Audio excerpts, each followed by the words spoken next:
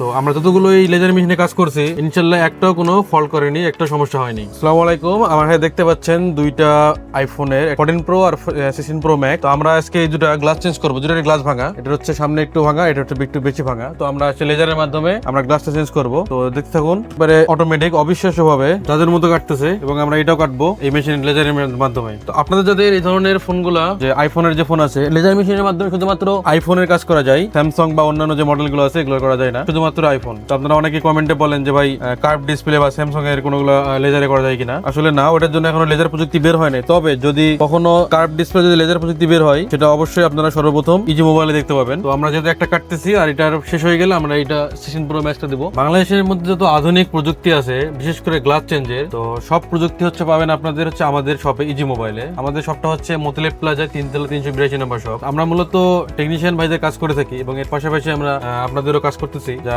আমাদের অনলাইন থেকে অনেক কাস্টমার আসতেছে বা আপনারা আসতেছেন, আপনারা কাজ করে নিচ্ছেন, তো আপনাদেরও কাজ করতেছি। তো আপনারা যদি একটু কম খরচের মধ্যে যদি আপনারা যদি একটু ভালো সার্ভিস চান, হ্যাঁ, একটু ফিনিশিং ভালো চান বা কোনো প্রোডাক্টের কোয়ালিটি ভালো চান, তাহলে অবশ্যই আপনারা চলে আসবেন ইজি মোবাইলে। এই লেজারের মেশিনে কাটার মাধ্যমে হচ্ছে আপনার সব থেকে বড় যে অ্যাডভান্স সেটা হচ্ছে এখানে নষ্ট হওয়ার সম্ভাবনা নাই। আমরা যখন আগে তার দিয়ে কাটতাম, তখন এই যে গোড়াগুলো আছে, আমরা যখন তার যেহেতু একটা প্রেসার দিতে হতো, এখান থেকে কোনো একটা টুকরা, কোনো গ্লাসের টুকরা ডিসপ্লে দিকে হিট করতো। সেখানে আসলে আমাদেরও করার কিছু ছিল না, কারণ যেহেতু ওই তার দিয়ে কাটতে হবে এই জিনিসটাকে। কিন্তু যেহেতু এখন লেজার প্রযুক্তি, দেখেন একটা আলোর মাধ্যমে, লেজারের মাধ্যমে উপর থেকে এটাকে আলাদা করে ফেলতেছে, অর্থাৎ ডিসপ্লেতে কোনো প্রেসার পড়তেছে না। যত বড়ই ভাঙা থাক না কেন, যত চুরচুরা থাক, যেমনই থাক, এটাতে রিস্কটা অনেক কম। আর যদি ভাঙা কম থাকে তাহলে তো রিস্ক নাই বললেই চলে, এবং কোনোটাতেই রিস্ক নাই আশা করা যায়। কারণ আমরা আজ পর্যন্ত যে আমরা লেজার মেশিনটা প্রায় 20 থেকে 25 দিন হলো ইউজ করতেছি, প্রায় 1 মাসের কাছাকাছি। তো আমরা যতগুলো এই লেজার মেশিনে কাজ করছি ইনশাল্লাহ একটাও কোনো ফল্ট করেনি, একটা সমস্যা হয়নি। তো সেই হিসেবে বলাই চলে যে লেজার মেশিনে রিস্ক নাই বললেই চলে। তবে আমরা যেহেতু কাজের ক্ষেত্রে শুধু মেশিন না, আমাদের হাতে খুলতে হয়, ফিটিং করতে হয়,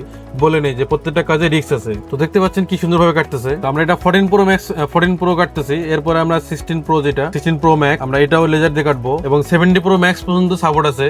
তো দেখতে পাচ্ছেন আমাদের এই যে এটা হয়ে গেল, এটা কেটে দিয়েছে। এটা এখন আমি যে হিটে রেখে যে টান দিই তাহলে উঠে যাবে, মানে একবার রিস্ক নাই বললেই চলে। এখন আমরা দেবো 16 প্রো ম্যাক্সটা। আপনাদের হাতের ফোনগুলায়, সেটা আইফোনের যে কোনো মডেল হোক, আপনারা যদি লেজারের মাধ্যমে কাজ করতে চান তাহলে চলে আসবেন আমাদের শপে।